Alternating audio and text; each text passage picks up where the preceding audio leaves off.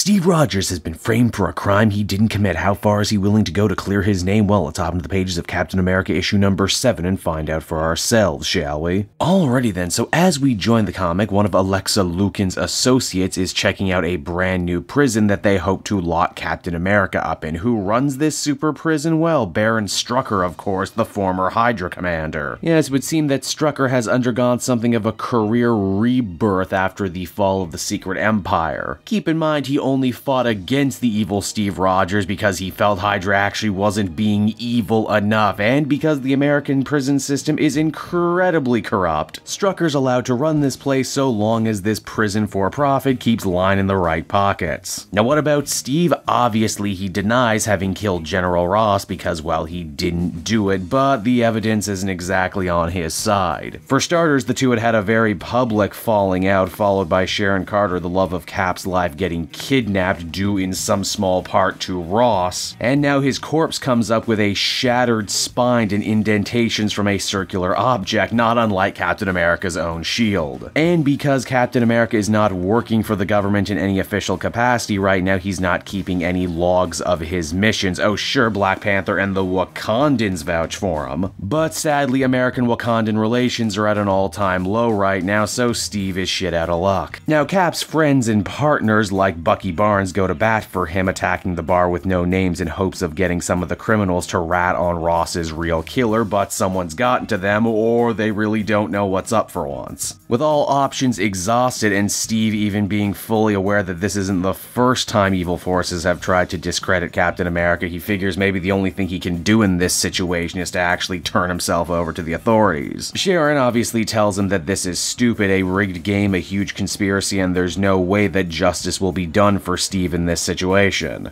It also becomes apparent that Cap might be feeling a little self-destructive right now, that maybe he wasn't punished enough for everything that went down in the Secret Empire. Oh sure, he didn't actually do anything bad, but the image of Captain America was marred forever in the public eye. Because ultimately, Steve doesn't care about what happens to him, the man. What he cares about is the symbol of Captain America, the shield, the American dream, everything that he and everyone else who's ever worn the stars and stripes has been trying to uphold. But more importantly than that, if this is one giant screw job, if this truly is the work of one giant evil conspiracy as they believe to be the case, Cap isn't going to be able to fight it from the outside. Again, in another great bit of continuity, Captain America admits he's walked that road before as Nomad, as the captain, and this time he's going to play things differently. He's going to fight this one head on from the inside. But thanks to Sharon, he's not going to have to fight this alone, for there are older patriotic forces ready to help Captain America out in his time of need. For you can jail the dreamer, but not the dream. You can stop the revolutionary, but not the revolution. And all who would do wrong will soon come to know the justice of the Daughters of Liberty. And so that was Captain America issue number 7, everybody. And once again, Ta-NEHISI Coates tells a really slow burn, but ultimately satisfying story. I've stated before that Captain America under Ta-NEHISI Coates is probably the most tired and beaten down he's ever been, but what I truly appreciate about this issue is that Steve isn't looking at this just through one lens, but actually making reference to a ton of different moments in his long history where he felt more or less the same way. What we really see here is the portrait of a man being torn between his duty to be a superhero as well as to be an icon to all of America, and how sometimes to try and uphold truth, liberty, and the pursuit of happiness, that means going up against a government. For as Sharon Carter so eloquently puts it in this issue, a government is not a country, it is a small part of which that can easily be infiltrated or corrupted. And that what Captain America truly fights for is something much more: dreams, ideals, aka the things that truly make a country great. Ultimately, I'd feel comfortable giving this one an 8 out of 10, really enjoyable issue for me.